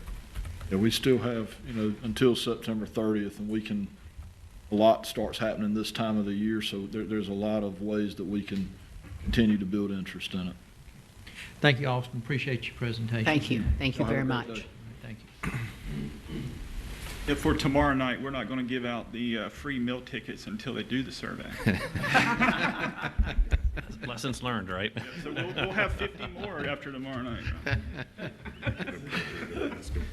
I'm going to do two, Chad. It worked. Okay, Chad, you've got before us here the CAMA Land Use Plan Budget Amendment. Yes, sir. So at this time, we would like to request the Board of Commissioners to approve a rollover budget amendment in the amount of $119,110. And this will allow us to complete the update of our land use plan in this fiscal year. So moved. Second. I have a motion and a second to approve the budget amendment for $119,110. Any further discussion on the motion? Hear none, Madam Clerk, if you will, please call the roll. Commissioner Smith? Yes. Commissioner Howard? Yes. Commissioner Hunt? Yes. Commissioner Mark? Yes. Commissioner Mitchell? Yes. Chairman Jones? Yes. All right, and then item B, we have with us Mr. Jason Frederick. Good morning, Jason. Chairman Jones, Commissioners. And I think also we got representation from Thomas Engineering. We thank you for being here, sir. All right. Yeah, I'm here to present the final plat for Madeline Farm Phase 2. On June 27th, 2024, the Planning Board recommended this subdivision for approval. The property is owned by Nolan Commercial Contractors Incorporated, surveyed by Thomas Engineering. The property is located within Township 7 off of Old Cherry Point Road, and it's also off of the service road off of US 70 as well, so it has two ways of ingress and egress. Phase 2 contains 75 lots on 20.66 acres, and the lots will be served by Craven County Water and the City of New Bern Sewer. Next, please. This is the lot configuration of Phase 2. You can see where the The phases, phase 1 to the left kind of wraps around that. So you have a cul-de-sac there. That is Atlantic Avenue. And then you have a Topsail Trail that sort of serves as a loop that goes in and around. Next slide. Denny's, I believe. This is a phase map. Back in, let's see, June 12th of 2023, the board approved phase 1. That was for the first 95 lots. Construction is well on the way out there. The total lots within the subdivision is 170. We're seeing the last 75 in phase 2 today. Next slide. This is the site of the phase 2. Phase 1 is to the south. Phase 2 is highlighted in that blue line there above. Next slide. This is Madeline Farms Boulevard as you enter off of the US 70 service road. You see they have a nice sign out there, and then the picture to the right shows kind of heading into the subdivision itself. Roads are paved. Next slide. As we make our way in, you have the intersection down to the left bottom. That is the intersection of Topsail Trail. That's the road as you come in. And to the left it will be Emerald View. And to the right is Atlantic Avenue. Infrastructure is in. Roads are completed. This is curb and gutter, as you can see. Moving further down past that truck that you see up there to the right is a mail kiosk location that will serve the 75 units for their mail delivery. Next slide. Some more pictures to the bottom left again. That's sort of a panoramic view of the land. That's where the bulk of the lots are going to be. So I'm actually standing on Madeline Farm Boulevard. So looking to the left is where the lots are, and if you look to the right, that top right picture is Madeline Farm Boulevard as it exits to Old Cherry Point Road. Next slide. Built a standards letter for the roads was issued by NCDOT July 25th, 2024 for phase 2. They have a current and active stormwater permit, which is issued by the Division of Water Quality November 9th, 2021. We have engineer certification letter for all construction of roads, drainage, water, and sewer systems within the division. That was received on July 24th, 2024. So if there's any questions, I'll be happy to answer them at this time. All right, usually we go to the commissioner's district, in which is in. Commissioner Booker's not here, but it's very close to Commissioner Howard's district. Do you have any concerns, questions first? I just had a question. Will there be any private roads in the subdivision, or will they all be public? They will all be public. All right, any additional questions? Commissioner Smith? Do you submit these plans to the school system early Yes. on so they're aware that the possibility of? Great question, yes. So we received 7 paper copies, and we have them distributed, and the school board is one of those that it goes to, so they can plan accordingly for bus routes. Okay, Mr. Chairman, may I ask, I think it's an important question. Jason, if you flip back to your pictures, I wanted, it's not particular to this, one more, please. Could you explain to the commissioners the importance of a mail kiosk location and what's changed from the U.S. Postal Service and how that works? I know from time to time people will not enjoy this once they buy a house, so maybe something we could just briefly touch on. Yep, so, you know, it's a mail kiosk, but in the U.S. Postal Service world, they're called cluster box units, CBUs. And back in 2015, there was a mandate by the United States Postal Service to have these installed at all the new subdivisions. That's why you're starting to see these pop up. If you go to like Blue Water Rise and some of the other places in the county, you'll see these CBUs installed. So there is a design standard as far as like off-road parking and being able to access your mail in a safe manner, well-lit manner. So we're seeing all these pop up, and it's all to help the Postal Service for a speedy delivery of the mail, to help them as far as staffing shortages and what they might have. So Right. 2015. It just simplify it. Yeah. In new subdivisions like this, you don't have a mailbox at your house anymore. It's And you- all in one location. That's right. And we've had, and some of the commissioners know, we've had some phases that were under the previous rules and regulations. Then we had a new phase move in, and the new phase has a new CBU. Right. It created this like why do they have a nice mailbox and I have a CBU? So it's just all to that 2015 Thank you, statute. Jason. But it's not something we have a choice No, about. it's Postal Service. Postal Service, Yeah. okay. Is there a limit number of houses that are being built? Because I was in a new subdivision in Wilson County, and they were doing very few houses at a time. And it seemed like the new houses all had mailboxes. But I don't know if that was why there would be a difference. Maybe they were under the old rules still, or Could be when it was subdivided and when it was planned. but if you're just building one house or maybe three houses, That's you right. don't have to be in the. That's right. And a lot of this is up to the postmaster. It's the concentration. So we might have a different interpretation from a postmaster depending on where we're at in the county. That makes sense. All right, any additional questions? If not, do I have a motion that we approve the So subdivision? moved. Second. I have a motion and a second that we approve the Madeline Farm Phase 2. Any further discussion on the motion? Hear none, all those in favor signify by saying aye. Aye. Opposed, motion passed. Thank you. Thank you. Thank you for being here. All right, item 8 is social services. We have with us Mr. Jeffrey Merritt. Good morning, sir. Good morning, Chairman, Commissioners, County Manager. We bring before you an amendment that we're simply asking to roll over funds from our special adoption funding from last fiscal year to this year in the amount of $102,103. These are funds that are awarded through state and federal funds based upon the number of adoptions that are completed in a year and special types of adoptions. So we're asking to do that. Okay, any questions for Mr. Merritt? Okay, we have a motion. Second. I have a second. Any discussion? Hear none, and the motion is for $102,103 budget amendment. Hear no further discussion. Madam Clerk, if you will, please call the roll. Commissioner Smith? Yes. Commissioner Howard? Yes. Commissioner Hunt? Yes. Commissioner Mark? Yes. Commissioner Mitchell? Yes. Chairman Jones? Yes. All Thank right. you. Have a good Thank you. Have a good day, sir. Item 9 is carts. Ms. Kelly Walker Cuthrell. She has two budget amendments to bring before us today. Good morning. Hey, good morning. The first budget amendment that we are requesting is for one vehicle in the amount of $102,657. This is to rebudget funds from last fiscal year of 2023 to 2024 because those vehicles were not received by June 30th. And these were approved in a state grant 23 CT 029, and that's important. I'll explain that more on the next budget amendment. So we anticipate the sale of the vehicle that's being replaced to cover the local match as well as local costs such as the taxes and tags and that type of thing.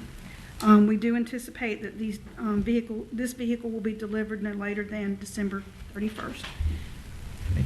Any questions on this? All right, here not. Do I have a motion? So moved. Have a motion and a second from Commissioner Smith, motion by Commissioner Mitchell.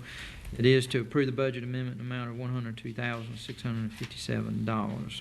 Any further discussion on the motion? Hear none, Madam Clerk, if you will, please call the roll. Commissioner Smith? Yes. Commissioner Howard? Yes. Commissioner Hunt? Yes. Commissioner Mark? Yes. Commissioner Mitchell? Yes. Chairman Jones? Yes, all right, and B? Okay, so this is a budget amendment request for the purchase of 4 vehicles for the same as the prior budget amendment. This amount is $410,550, and this is under the NCDOT grant 24 CT 029. So this is why they're being requested in a separate budget amendment because it is a separate grant from the state. Okay, any questions on that? So moved. All right, we have a motion, have a second and a second. That is to approve the budget amendment in the amount of $410,550. Any further discussion? Hear none, Madam Clerk, if you will, please call the roll. Commissioner Smith? Yes. Commissioner Howard? Yes. Commissioner Hunt? Yes. Commissioner Mark? Yes. Commissioner Mitchell? Yes. Chairman Jones? Yes. Before you step away, Kelly, Jack, you want to speak just briefly on the recognition that Kelly received at North Carolina Association County Commissioners Convention? I do, sir. We were planning on a presentation at your next meeting. Okay, well, If that's okay, we're going to try to get, it's hard to get Kelly's team here during the day because they're all managing what's going on out there, but we were going to have them here at the night meeting so we could do That'd that. be great. All right. Well, we'll look forward to celebrating then, Kelly. Thank Okay. you for what you do. Thank you. Yes, yes. Kelly, I had a question. And I don't have an opinion on this, but are you guys working with the charter school for transportation? We have not received a request from them to assist with transportation, but we are not allowed to do school bus transportation, so we could not work directly with them. However, if parents request transportation on behalf of their child, it would be like a public trip, and we would be able to do that, but we're not allowed to do school bus. Was it publicly advertised that they were, someone was, no, not on their website? I mean, I received the same question. I think you maybe got it. Yeah, from I'd heard that they were that, but I never saw it. Okay, thank you. Okay, you're welcome. All right, item 10 is Recreation and Parks, Mr. Billy Wilkes. Good morning, sir. Hey, good morning, Chairman, Commissioners. Thanks for having me. I'm going to talk a little bit about West Craven Park and proposed project we've got. So first of all, West Craven Park, as you're aware, is on Streets Ferry Road. You click to the next slide. That's our fairly new sign that you saw there. Some of the improvements we've done since about 2022 to West Craven Park. Really proud of this park and how far it's come, thanks to this board and some grant funders as well.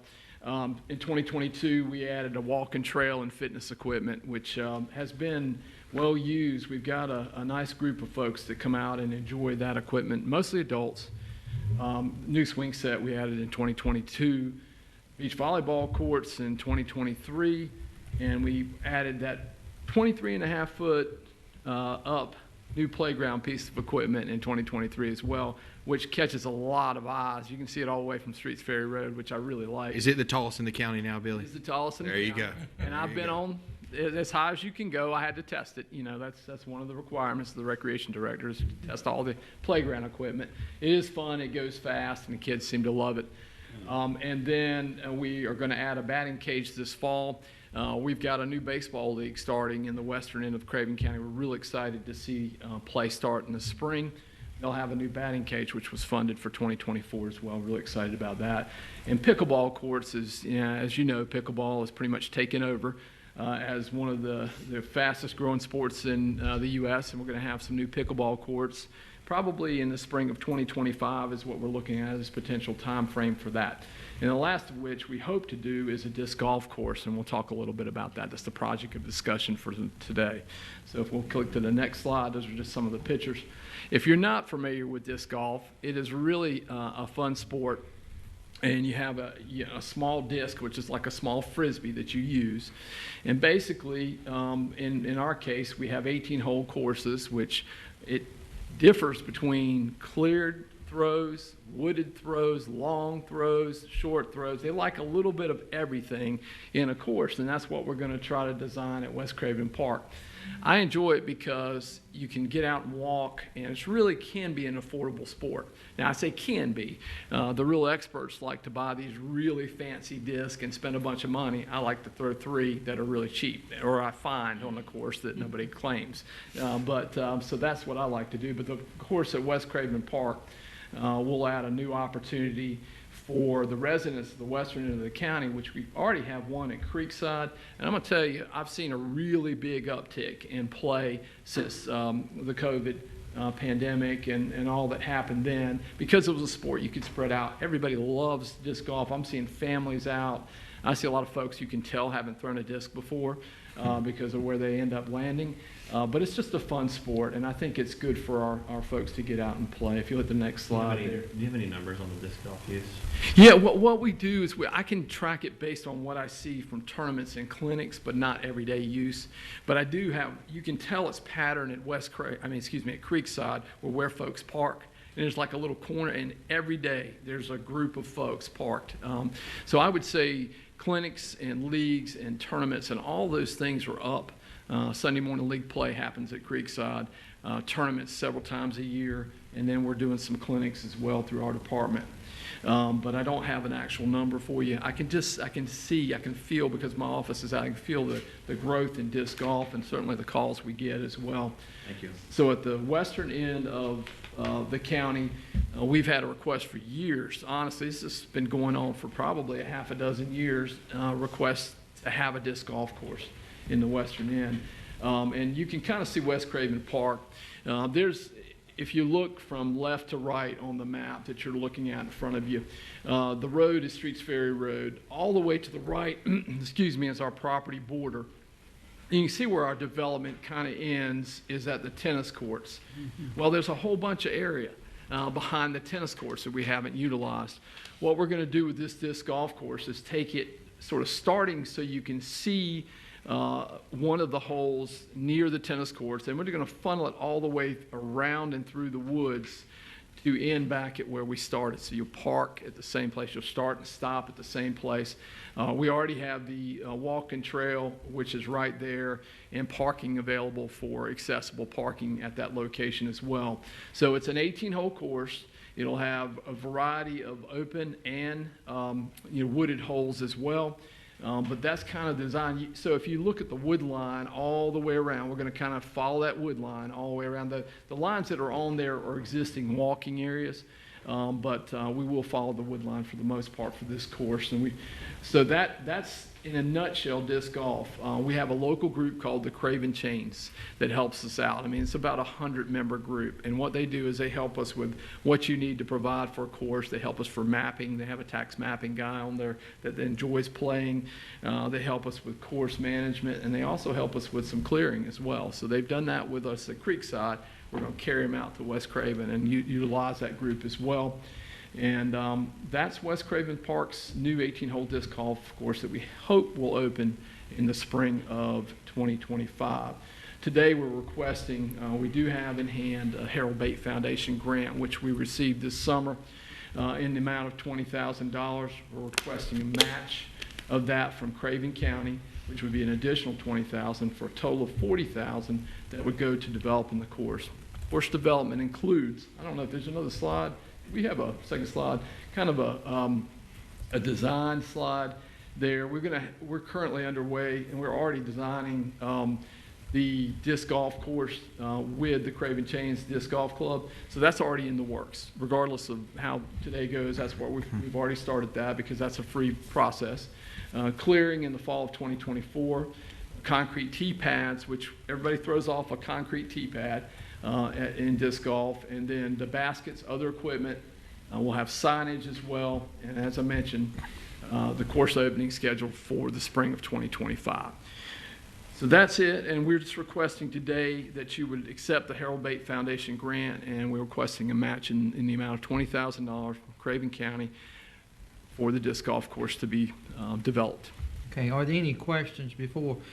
Commissioner Mark, you got anything? So moved. Okay. Second. All right. We have a motion and a second. That is to approve the grant match in the amount of $20,000 for the new disc golf course. Discussion, Commissioner Howard.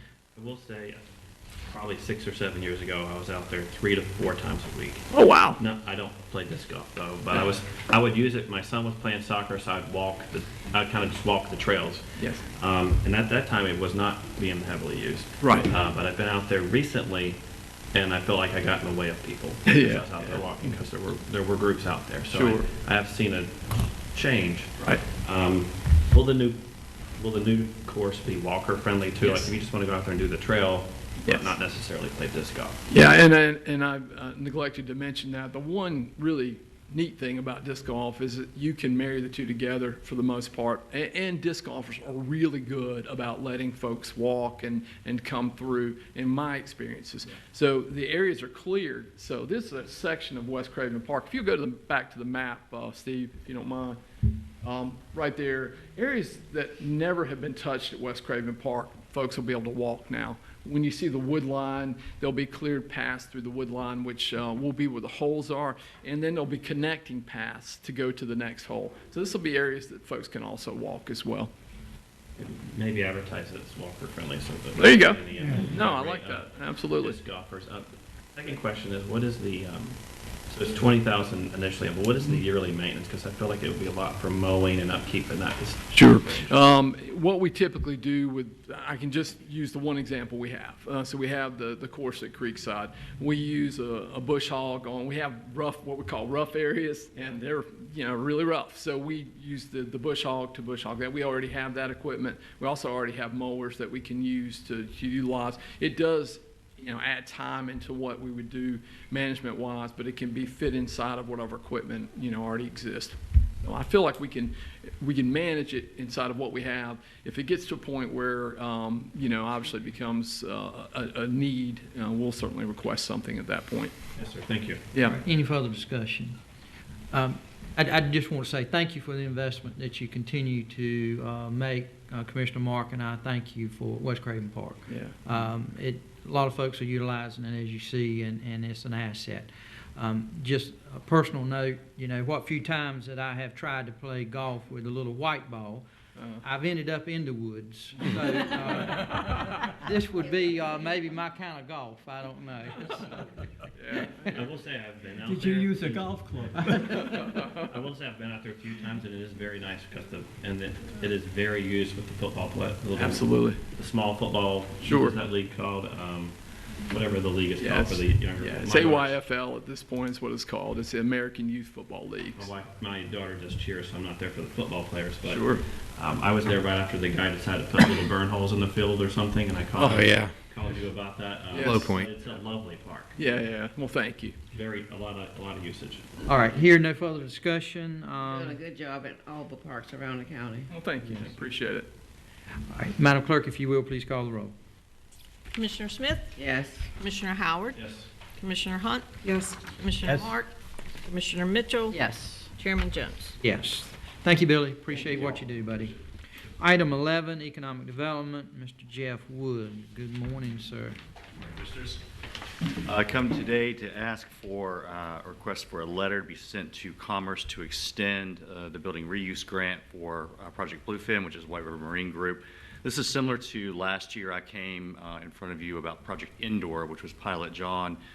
Similar issues dealing with workforce development, recruitment, and retention of talent across all manufacturing is still very tough. I can say that I visited with Gary Sansbury last week, who is the director of the Hatteras brand, and then Chuck Mooney, who is the saltwater manager for all the operations, but specifically is over Mako and Ranger brand. I was fortunate enough to see the new mold for the 77-foot Hatteras came in last week, and they have some interest in that.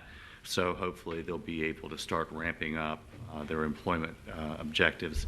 So asking for a letter to send the Commerce to extend this grant for 2 years. It's a $500,000 grant that Commerce provides at no cost to us. We just manage the process. So moved. All right, Second. we have a motion and a second to approve the 2-year extension for Project Bluefin. Is there any further discussion on the motion? A question. It says it has not met the metric of 15 new jobs. Do you have any idea what that will happen? For that one, that was for Project Indoor. That's a typo from my request. They're actually looking at an additional 200 jobs. Their overall objective would be 500, and they're going to get me, through their human resources, what they'll be looking at once they've made their initial hiring process after the new brands. They have brought in, beyond Hatteras, new brands for Mako and Ranger as well. Okay, that makes more sense because Yeah. there's a conflict of information there. Yeah, sorry about Thank that. you.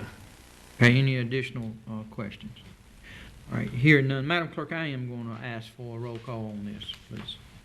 Commissioner Smith? Yes. Commissioner Howard? Yes. Commissioner Hunt? Yes. Commissioner Mark? Yes. Commissioner Mitchell? Yes. Chairman Jones? Yes. Thank you, Jeff. Thank you. All right. Item 12, Commissioners, is appointments. You have before you pending, current, and future appointments. Do we have any nominations for any of the pending? All right. Hearing none, we will now move to current. The first item under current is the ABC Board. There are applicants on file and in your agenda packets. This is the seat that was vacated by the death of Ms. Kathleen Cook. Commissioners, this seat has mostly, since I've been on the board, been represented by an individual or citizen from District 5 or District 6, that is Commissioner Hunt and Commissioner Howard's district. The board would entertain, I'd like to defer to both of them in case they have a nominee. I do. I would like to nominate Mr. Ed Hines to fill the vacant seat on that ABC board. Okay. And I'll second that. I had some time to sit down with Mr. Hunt and Mr. Hines, and it was like very capable, friendly business background, military background, knowledge about everything that to represent Havelock's portion of this. Okay, thank you. Are there additional nominations from the board? Hear none. This will be to fill out the term, correct, Madam Clerk, and then when that term is expired, then we would take up a full term if so desired. All right, so hear no additional nominations from the board. We will accept Mr. Hines by acclamation. Thank you both for that nomination. All right, next would be the Adult Care Home Advisory Committee.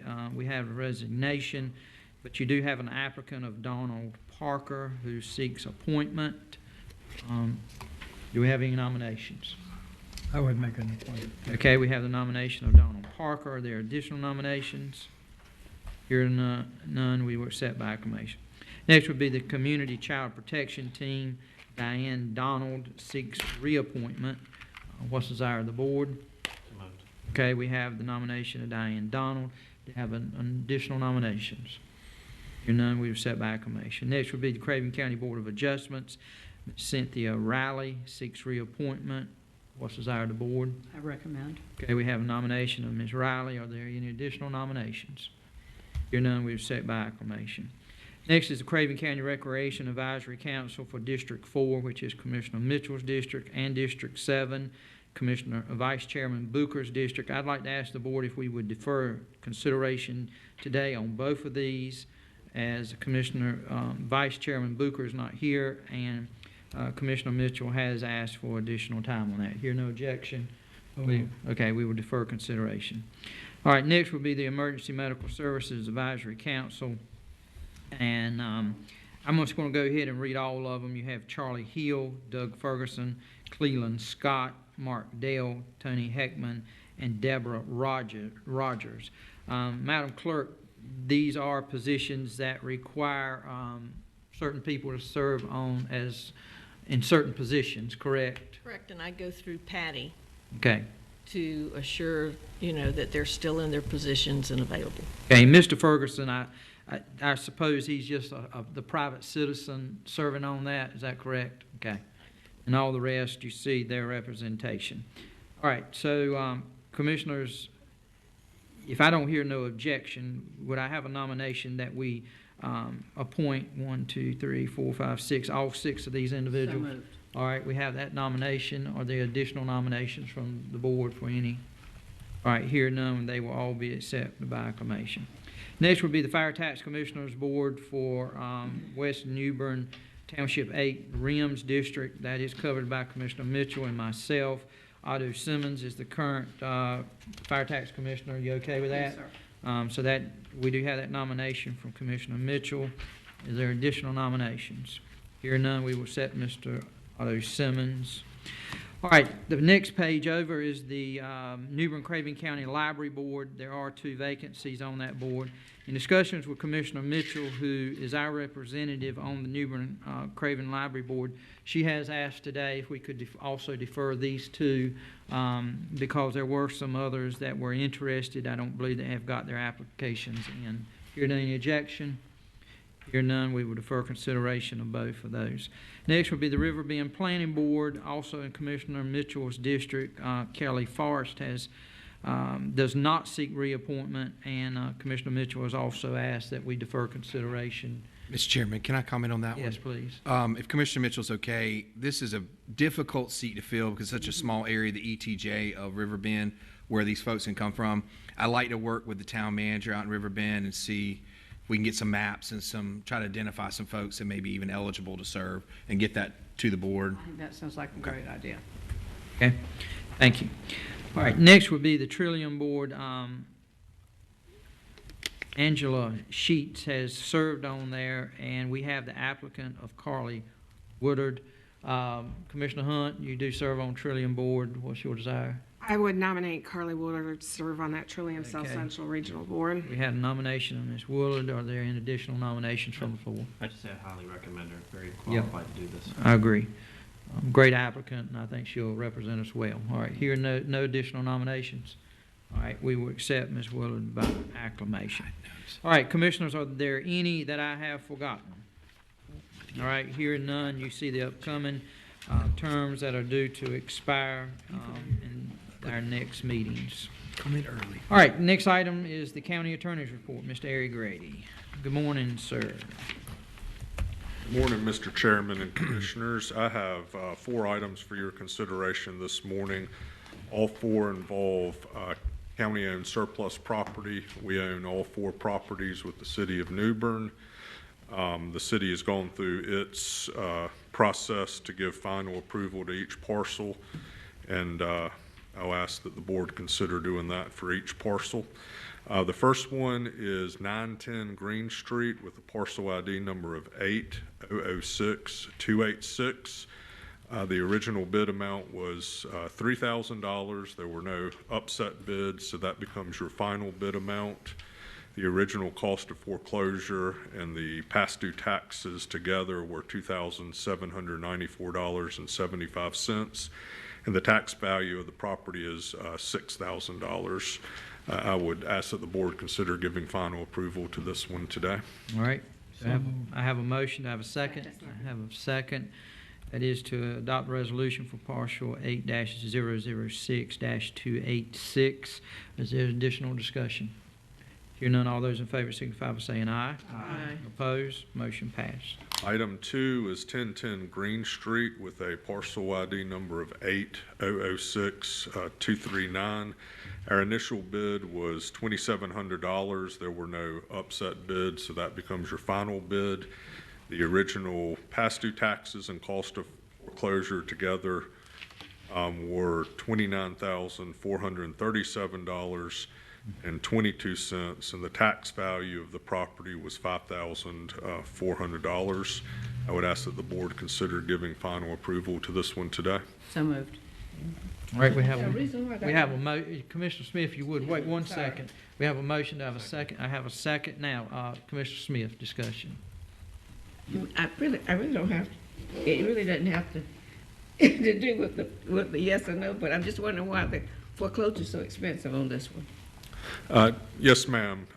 It's primarily a function of some liens assessed by the city of New Bern. They will periodically assess demolition liens to take down dilapidated structures or to, cut the grass and things like that. And that'll run up the tax number pretty significantly, since those items are collected through the tax system as past due taxes, and I think that's the situation here. Thank you. All right, you good, Commissioner Smith, with that? Okay. Any additional discussion? All right, here none. We have a motion second. That is to adopt resolution, partial number 8-006-239. No further discussion. All those in favor signify by saying aye. Aye. Opposed? Motion passed. Number 3 is 927 Sampson Street, parcel ID number 8006324. The original bid was $3,000. The original cost of foreclosure were together $3,086.78. The tax value of the property is $6,000. And of course, the $3,000 became our final bid. I would ask that the board consider giving final approval to this one as well. All right, we have a motion from Commissioner Mark. Do I have a second? Second. Second from Ms. Smith. Commissioner, did you say that, Commissioner Smith? Okay, thank you. The second's from Commissioner Smith. Any discussion on the motion? That is to adopt the resolution of partial number 8-006-324. All those in favor signify by saying aye. Aye. Opposed? Motion passed. Then we have 408 Sutton's Alley with a parcel ID number of 8008166. We've got a bid amount of $1,500. Your past due taxes and the cost of foreclosure were $4,087. $82.81, and the tax value of the property is $3,000. I would ask that the board approve this one as well. All right, do I have a So moved. motion? We have a motion second. Commissioner Smith seconded. Commissioner Mitchell made the motion. That is to adopt the resolution for partial 8-008-166. Any further discussion on the motion? Hear none, all those in favor signify by saying aye. Aye. Opposed? Motion passed. Thank you. Thank you, sir. Appreciate all you do. All right, next item would be the county manager's report. Mr. Vite.